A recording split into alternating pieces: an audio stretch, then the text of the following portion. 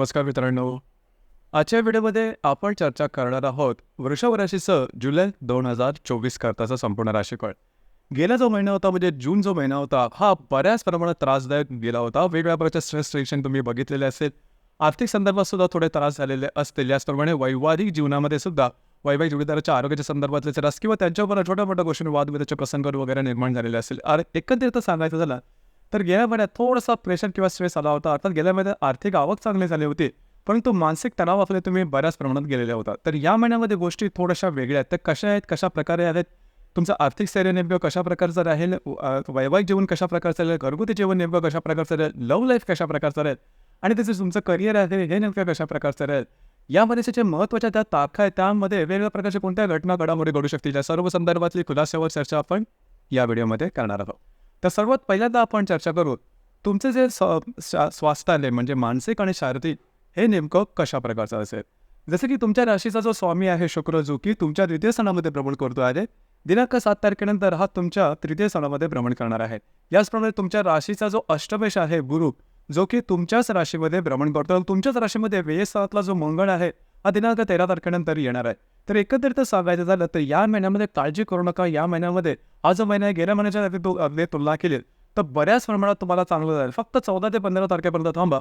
14-15 तारखेनंतरचा जो कालावधी आहे तुमच्यासाठी अतिशय उत्तम राहील. तुम्ही बऱ्याच प्रमाणात ॲक्टिव्ह राहील आणि जो साधारण तुमचा गुणधर्म नाही आहे तुमच्या स्वभावातला, म्हणजे थोडंसं ॲरोगन्सी किंवा थोडंसं दुसऱ्या ते ओव्हर पॉवर होणं, हा प्रकार थोडासा जाणवेल. अर्थात तुमच्या आजूबाजूचे जे माणसं आहेत त्यांच्यामध्ये तसं तुम्हाला या संदर्भातल्या काही गोष्टी सांगितल्या जातील, परंतु तो एक बदल तुमच्यामध्ये दिसेल. मात्र बऱ्याच प्रमाणात तुम्ही ॲक्टिव्ह राहाल.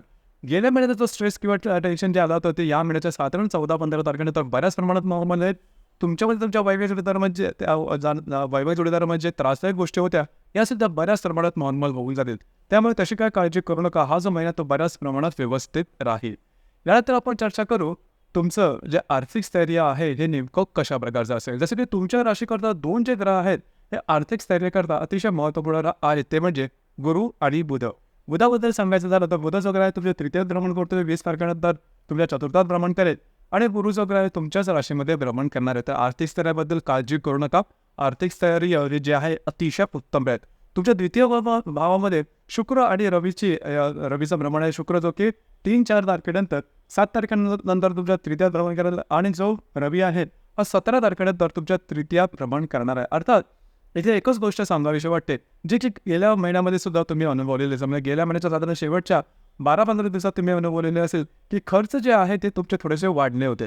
अर्थात या महिन्यामध्ये सुद्धा सुरुवातीचे 15-16 दिवसामध्ये तुम्हाला असा अनुभव येईल की खर्चावर थोडंसं नियंत्रण ठेवणे गरजेचं राहील. अर्थात तुमची जी रास आहे ही व्यवहार आहे, पैसे कुठे कधी कसे खर्च करायचे याची तुम्हाला ठाऊक आहे किंवा तुम्हाला पैशाचं गणित तुमचं जे कधी सहसा चुकत नाही. परंतु या महिन्यामध्ये थोडीशी या संदर्भातली काळजी घेणं गरजेचं राहील. खर्च याच्यामध्ये थोडंसं लक्ष देणं गरजेचं राहील, जे की तुम्ही थोडंसं गेल्या महिन्यात अनुभवलेलं होतं. तर साधारण 14-15 तारखेपर्यंत या संदर्भात थोडी काळजी घेणं गरजेचं राहील. परंतु एकत्रित सांगायचं झालं तर आर्थिक स्थैर्य व्यवस्थित राहील. काळजी करू नका. तुमच्या राशीमध्ये भ्रमण करणारा जो गुरु आहे तो अतिशय उत्तम प्रकारे तुम्हाला अनुभव देणार आहे. अजिबात काळजी करू नका. या संदर्भातच जर तुम्ही शेअर मार्केटमध्ये ट्रेड करत असाल तरीसुद्धा काही चांगले लाभ तुम्हाला या महिन्यात निश्चित होणार आहेत. यानंतर आपण चर्चा करू गृहसौख्याबद्दल, म्हणजे घरातले ज्या व्यक्ती असतील त्यांच्यावर नातेसंबंध सांगायचं झालं तर तुमचा जो राशीचा चतुर्दश आहे रवी, जो की तुमच्या द्वितीय स्थानामध्ये भ्रमण करतोय. 17 तारखेनंतर तो तुमच्या तृतीयात भ्रमण करणार आहे. तर घरातल्या व्यक्तींबरोबरचे नातेसंबंध उत्तम राहतील. घरातल्या व्यक्तीसाठी काही पैसे खर्च करावे लागतील, म्हणजे त्यांच्या इच्छा आकांक्षा पूर्ण कराव्या तुम्हाला तसं करावं लागेल. पण तो काळजी करू नका. तुमच्या दोघांमध्ये जो रॅपो आहे ते नातेसंबंध ते खूप चांगल्या प्रकारे दिसून येतील. घरातल्या व्यक्तींबरोबर कुठे बाहेर फिरलं जाण्याचा एक सुद्धा संभव होतो. या महिन्यामध्ये बऱ्याच प्रमाणात तुम्ही ॲक्टिव्ह असणार आहात. स्वतंत्र विचारसरणी तुमची असणार आहे. जे विचार किंवा ज्या महत्त्वाच्या गोष्टी तुम्ही मनात आल्यानंतर प्रत्यक्ष रूपात तुम्ही इम्प्लिमेंट करा. तसं पाहिलं तर तुमची जरा थोडीशी विचार थोडासा वेळ घेते एखादी गोष्ट प्रत्यक्ष रूपात आणायला, परंतु या महिन्यामध्ये एक वेगळ्याच प्रकारची एनर्जी आणि कॉन्फिडन्स ज्याला आपण म्हणतो तो तुमच्यामध्ये येणार आहे आणि बऱ्याचशा गोष्टी तुम्ही मार्गी लावणार आहात आणि तो जो कॉन्फिडन्स आहे हा जबरदस्त राहील. यानंतर आपण चर्चा करू तुमचं जे लव्ह लाईफ आहे त्याबद्दल. लव्ह लाईफबद्दल सांगायचं झालं तर तुमच्या राशीचा जो पंचमेश आहे बुध, जो की तुमच्या तृतीय स्थानामध्ये भ्रमण करतो आहे. 20 तारखेनंतर चतुर्थात भ्रमण करणार आहे. तर तुमचे जे समजा तुम्ही कोणाच्या प्रेमामध्ये असाल त्याच्यावर नातेसंबंध खूप चांगले राहतील. त्यांच्यावर कुठे बाहेर फिरला जाण्याचा संभव होतो. याचप्रमाणे तुमच्या दोघांमध्ये कुठल्याच प्रकारचे मोठे प्रॉब्लेम येणार नाहीत, कारण गुरु जो की तुमच्या राशीमध्ये भ्रमण करतोय पंचम दृष्टीने तुमच्या पंचमाला बघताय. त्याच्यामुळे काळजी करू नका. जर तुम्हाला नवीन रिलेशनशिप बनवायचे असेल तरीसुद्धा हा संपूर्ण जो कालावधी आहे महिन्याचा तो तुमच्यासाठी शुभफलदायी असाच दिसून येईल. यानंतर ज्या गर्भवती महिला त्यांच्यासाठी तर हा कालावधी अतिशय उत्तम राहील, काळजी करू नका. जे विद्यार्थी वर्ग आहेत त्यांच्यासाठी सुद्धा हा संपूर्ण कालावधी अतिशय उत्तम दिसून येईल. यानंतर आपण चर्चा करू वैवाहिक जीवनाबद्दल. वैवाहिक जीवनाबद्दल सांगायचं झालं तर तुमच्या राशीचा जो महत्त्वपूर्ण ग्रह आहे मंगळ, जो की तुमच्या व्ययस्थानामध्ये भ्रमण करतोय 13 तारखेनंतर, तो तुमच्या राशीमध्ये भ्रमण करणार आहे. आधी जसं सांगितलं तर वैवाहिक जे जोडीदार आहेत त्याच्या बरोबर छोट्या मोठ्या गोष्टी वादविवादाचे प्रसंग वगैरे निर्माण होतील. तिथे थोडीशी काळजी घ्या. अर्थात या महिन्याच्या जवळजवळ 15 तारखेपर्यंत ही गोष्ट राहील. त्यानंतर बऱ्याच सोडून ज्या गोष्टी आहेत तुमच्या दोघांमधले या बऱ्याच प्रमाणात नॉर्मल होते. तुमचे जे स्ट्रेस टेन्शन आहेत हे सुद्धा बऱ्याच प्रमाणात कमी होतील. काळजी करू नका. त्याचप्रमाणे जे विवासोक मंडळी आहेत म्हणजे तरुण तरुणी आहेत त्यांच्याकरता सुद्धा हा जो कालावधी आहे तो अतिशय उत्तम राहील. यासोबत कार्यक्षेत्राच्या संदर्भात सांगायचं झालं म्हणजे तुमचे जे करिअर आहे या संदर्भात सांगायचं झालं तर तुमच्या राशीचा जो राजयोगकारक ग्रह आहे शनी, जो की स्वतःच्या राशीमध्ये कर्मस्थानामध्ये भ्रमण करतो आहे, तो आता वक्री झालेला आहे. इथे एकच गोष्ट सांगायची वाटते की ज्या ठिकाणी तुम्ही काम करता, नोकरी करता किंवा व्यवसाय करता त्या ठिकाणचे सहकर्मी किंवा वरिष्ठ असेल त्यांच्यावर थोडंसं तणावाचं वगैरे वातावरण निर्माण होतं. आणि या संपूर्ण महिन्यामध्ये जे तुमचं कार्यक्षेत्र असेल त्या संदर्भात कुठल्याही प्रकारचे महत्त्वपूर्ण निर्णय घेऊ नका. थोडंसं स्ट्रेस तुम्हाला जास्त आल्यासारखं वाटतं पण त्याचे फारसे मोठे परिणाम होणार नाही, परंतु स्वतःहून काही चुकी करू नका. अर्थात गुरु जर तुमच्या राशीमध्ये भ्रमण करतो आहे तो तुम्हाला सर्वतोपरी साथ देईल, तरी सुद्धा at the back of mind तुम्ही या गोष्टी थोड्याशा लक्षात ठेवणं गरजेचं राहील. यानंतर आपण चर्चा करणार आहोत ग्रहयोगाबद्दल. ग्रहयोगाचे जे परिणाम आहेत ते वेगवेगळ्या दिवशी कशा प्रकारे मिळतील आणि त्याचा अनुभव तुम्हाला कशा प्रकारचा मिळू शकेल. सगळ्यात पहिल्यांदा दिनांक 2 तारखेला बुध आणि नेपच्यूनचा त्रिकोणी योग होणार आहे. नेपच्यून जो की तुमच्या लाभ स्थानामध्ये भ्रमण करतोय, जो बुध तुमच्या तृतीयात भ्रमण करतोय, दोघांचा त्रिकोणी योग होणार आहे. कागदोपत्री व्यवहार, कमिटमेंट, प्रॉमिसेस याच्यासाठी अतिशय उत्तम अशा प्रकारचा हा योग राहील. त्याचप्रमाणे तुम्हाला काही गुंतवणुकीच्या चांगल्या संधीसुद्धा मिळू शकतील, जरूर त्याचा लाभ घ्या. याचप्रमाणे दिनांक 3 तारखेला शुक्र आणि शनीचा त्रिकोणी योग सुद्धा होणार आहे. शुक्र जो की तुमच्या द्वितीय स्थानामध्ये भ्रमण करतोय, तर शनी तुमच्या दशमात भ्रमण करतोय, दोघांचा त्रिकोणी योग अतिशय उत्तम अशा प्रकारचा योग आहे. शनी तुमच्या राशीचा स्वामी पण आहे, शुक्र तुमच्या राशीचा स्वामी सुद्धा आहे आणि जो शनी तुमच्या राशीचा राजयोगकारक ग्रह स्वतःच्या राशीतून द्वितीय आणि कर्मस्थानातून होणारा त्रिकोणी अतिशय उत्तम राहील. खास करून जे तुमचं कार्यक्षेत्र असेल त्या संदर्भातल्या महत्त्वपूर्ण संधी तुम्हाला मिळू शकतील, महत्त्वपूर्ण काही गोष्टी तुमच्या हाती लागू शकतील. कार्यक्षेत्राच्या संदर्भात जे काही तुम्हाला करायचं होतं त्या संदर्भातल्या काही नवीन चान्सेस तुम्हाला मिळू शकतील, जरूर त्याचा लाभ घ्या. जे व्यक्ती जॉबलेस आहे, ज्यांना जॉब चेंज करायचा आहे जॉबच्या संदर्भात किंवा तुमच्या बिझनेसच्या संदर्भात काही नवीन योजना आणायच्या असेल, नक्की आलं त्या संदर्भातलं पूर्ण वातावरण तुमचं तयार होईल आणि तुम्ही बांधलेल्या जर उत्तम मिळतील. याप्रमाणे तुमचं जे काही कार्यक्षेत्र असेल त्या संदर्भातले महत्त्वपूर्ण फायदेसुद्धा तुम्हाला या दरम्यान मिळू शकतील. तर शनी शुक्राचा त्रिकोणी योग अतिशय उत्तम अशा प्रकारचा हा योग असणार आहे. याचप्रमाणे दिनांक 11 तारखेला रवी आणि शनीचा त्रिकोणी योग सुद्धा होणार आहे. रवी जो की तुमच्या द्वितीय स्थानामध्ये भ्रमण करतो आणि जो शनी तुमच्या दशमात भ्रमण करतो, दोघांचा त्रिकोणी जे तुमचं कार्यक्षेत्र असेल त्या ठिकाणचे वरिष्ठ असतील त्यांच्याकडून तुम्हाला म्हणजे कौतुकाची थाप मिळणं किंवा तुम्हाला प्रमोशन मिळणं किंवा त्या संदर्भातल्या चांगल्या घडामोडी होणं, अशा प्रकारचे काही अनुभव तुम्हाला या दरम्यान निश्चित मिळतील. त्याचप्रमाणे तुम्ही जे काही तुमचं कार्यक्षेत्र असेल त्या संदर्भात थोडंसं फेमस प्रसिद्ध आहे का तुमच्याबद्दल चांगलं बोललं जाणं, असा प्रकार किंवा असे अनुभव तुम्हाला या दरम्यान नक्की येते. याचप्रमाणे दिनांक 11 तारखेला रवी, शुक्र आणि नेपच्यूनचा सुद्धा त्रिकोणी योग होणार आहे.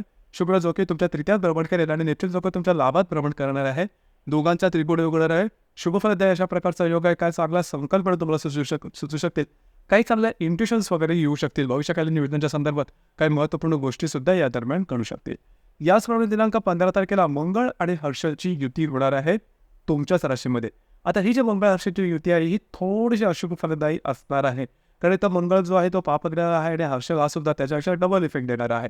दोघांची जी युती आहे यामध्ये होणार काय की तुम्हाला तुमच्या ज्या भावभावना आहेत या अधिक टोकाच्या जाणवतील, या अधिक तीव्र झाल्यासारख्या जाणवतील आणि भावभावना तीव्र झाल्यामुळे काही चुकीचे निर्णय, काही टोकाचे निर्णय, भावनेच्या आहारी जाऊन टोकाचे निर्णय घेणं आणि त्याचे मंदर्भ परिणाम भोगावे लागणं, अशा प्रकारचे काही अनुभव तुम्हाला येऊ शकतील. अर्थात तुमची जी रास आहे ही शांत आहे, वैचारिक आहे, सखोल विचार करणारी आहे, परंतु कधी कधी आपण थोडंसं भावनेच्या आहारी जर किंवा परिस्थिती तशी निर्माण होते की आपल्याला निर्णय घ्यावेच लागतात. तर साधारण दिनांक 15 तारखेच्या आसपास अशा प्रकारचे निर्णय घेऊ नका. वैवाहिक जोडीदाराबरोबर सुद्धा नातेसंबंध या दरम्यान ताणले जाऊ शकतील, काळजी घ्या. याचप्रमाणे आणि तुम्हाला शारीरिक दुखापत वगैरे सुद्धा होऊ शकेल, लागणं, तापणं, तरसडणं, फ्रॅक्चर होणं, अशा प्रकारचे काही शारीरिक दुखापती होऊ शकते. तर 15 तारीख किंवा 14, 15, 16 या दरम्यानमध्ये स्वतःवरती लक्ष ठेवा, स्वतःच्या मनावर, शरीरावरती लक्ष ठेवणं गरजेचं आहे. याचप्रमाणे दिनांक 21 तारखेला बुध आणि हर्षाचा केंद्रयोग सुद्धा होणार आहे. हर्ष जो की तुमच्याच राशीमध्ये भ्रमण करतोय, जो बुध तुमच्या चतुर्थात भ्रमण करेल, दोघांचा केंद्रयोग होणार. घरातल्या तुमच्या वयापेक्षा ज्या लहान व्यक्ती असतील त्यांच्यावर वादविवादाचे वगैरे प्रसंग निर्माण होतील, तर या संदर्भात थोडीशी काळजी घ्या. याचप्रमाणे दिनांक 22 तारखेला रवी आणि नेपच्यूनचा त्रिकोणयोग सुद्धा होणार आहे. रवी जो की तुमच्या तृतीयात भ्रमण करेल आणि जो नेपच्यून तुमच्या लाभस्थानामध्ये भ्रमण करणार, दोघांचा त्रिकोणयोग शुभ फलदायी अशा प्रकारचा योग आहे. घरातल्या व्यक्तींबरोबरचे नातेसंबंध सुमधुर अशा प्रकारचे दिसून येतील. याचप्रमाणे तुमचं फिरणं वगैरे जास्त होईल. या दरम्यान तुमचा कॉन्फिडन्स वगैरे खूप चांगला आहे. सगळ्यात महत्त्वाचं म्हणजे तुम्ही जे निर्णय घ्या ते तुमचे प्रत्यक्षात इम्प्लिमेंट होतील आणि त्याचे अनुभव सुद्धा तुम्हाला चांगले मिळते. याचप्रमाणे या महिन्याची जी अमावस्या आहे ही तुमच्या द्वितीय स्थानामध्ये होणार आहे दिनांक 5 तारखेला. तर अमावस्येच्या दरम्यान खास करून तुमच्या द्वितीयात होणाऱ्या अमावस्या ही तुमच्या आर्थिक संदर्भात थोडीशी त्रासदायक होऊ शकते. म्हणूनच 5 तारखेच्या आसपास कुठल्या प्रकारचे महत्त्वपूर्ण इन्व्हेस्टमेंट करू नका किंवा खर्चाच्या संदर्भात थोडीशी काळजी घेणे गरजेचं राहील. यासोबत जी पौर्णिमा आहे ती दिनांक 21 तारखेला आहे, तर या संदर्भात सुद्धा थोडी काळजी घ्या. पौर्णिमा आणि अमावस्या दरम्यान रविचंद्राचं आकर्षण पृथ्वीकडे थोडंसं जास्त, आपण थोडंसं जास्त भावना तिथं होतो आणि भावना तिथं होऊन घेतलेले निर्णय चुकण्याची शक्यता बऱ्याच पडत असेल, तर या संदर्भात थोडीशी काळजी घेणं महत्त्वपूर्ण राहील. तर एकंदरीतच सांगायचं झालं तर या संपूर्ण महिन्यामध्ये बऱ्याचशा चांगल्या गोष्टी होणार. बरेचसे त्रिकोण योग आहेत की जे शुभफलद आहेत, की जे तुमच्या द्वितीय तृतीय स्थानाशी संबंधित आहेत, अतिशय उत्तम आहेत. लाभस्थानाच्या संदर्भात प्रत्यक्ष कर्तृत्वाच्या दृष्टीने सुद्धा हा संपूर्ण महिना तुमच्याकडे एकदम पॅक होऊन आलेला आहे. आणि गुरु जो की तुमच्याच राशीमध्ये भ्रमण करतोय हा त्याला अतिशय चांगला दुजोरा सुद्धा देणार आहे. म्हणजे तुम्ही केलेली मेहनत आणि त्याला मिळालेली भाग्याची साथ ही अतिशय उत्तम असणार आहे. तुमचा कॉन्फिडन्स, एनर्जी आणि तुमचा मूड या संपूर्ण महिन्यामध्ये अतिशय व्यवस्थित राहणार. फक्त 15 तारखेला थोडंसं लक्ष द्या, मंगळ वर्षाची युती तुमच्याच राशीत होणार आहे, जसं मी मगाशी सांगितलं त्याप्रमाणे. तर मित्रांनो, हे होतं वृषभ राशीचं जुलै 2024 करण्याचं संपूर्ण राशीफळ. आपल्याला हे राशीफळ कसं वाटलं, आपण त्याचा अनुभव कशा प्रकारे घेतला, नक्की कळवा. धन्यवाद.